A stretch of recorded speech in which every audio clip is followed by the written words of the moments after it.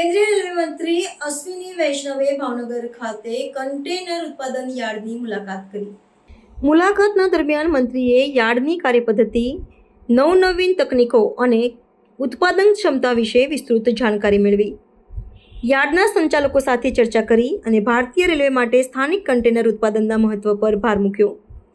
આ અવસરે શ્રી અશ્વિની વૈષ્ણવ વિકસિત ભારત સંવાદ કાર્યક્રમમાં પણ ભાગ લીધો હતો। કાર્યક્રમ દરમિયાન તેમણે ભાગ લેવા આવેલા વેપારીઓ, ઉદ્યોગવિદો અને સ્થાનિક નાગરિકોને સંબોધિત કરી ભારતના આધુનિક વિકાસ વિદ્યાના વિવિધ પ્રકલ્પો અંગે વિસ્તૃત માહિતી આપી।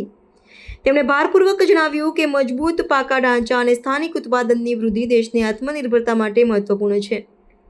સ્થાનિક ઉદ્યોગકારો અને નાગરિકોએ મંત્રીએ કરેલ પ્રવાસ અને સૂચના કરોડ સેવા માટે તેમનો આભાર વ્યક્ત કર્યો હતો।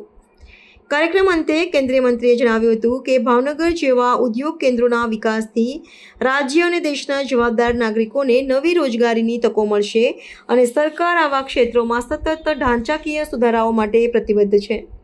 કન્ટેનર બહોળી સંખ્યામાં એ લોકોએ જોયા અને ખૂબ આનંદ થયો એ લોકોને કે ઇન્ડિયામાં આ ટાઈપની કન્ટેનર મેન્યુફેક્ચરિંગ ફેસિલિટી એવી ઇન્ડિયામાં અમે ક્યાંય જોઈ નથી અને ખૂબ વિશાળ કામ કરી રહ્યા છો।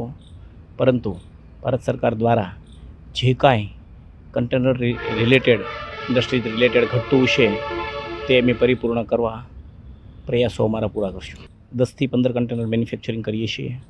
અમારા પ્લાનની કેપેસિટી છે 100 કન્ટેનર એવરીડે મેન્યુફેક્ચરિંગ થઈ શકે એટલી કેપેસિટી છે। વિદેશના કોઈ ઓર્ડરો, બહારના ઓર્ડરો ચાઇનાની કમ્પેરિઝનમાં આવી શકતા નથી, એટલે પ્રોડક્શન જે છે અત્યારે અમારું ઓછું છે, પણ ભવિષ્યમાં ગવર્મેન્ટના સાથ સહકારથી આ પ્રોડક્શન અમે 100 કન્ટેનર પહોંચાડી શકશું।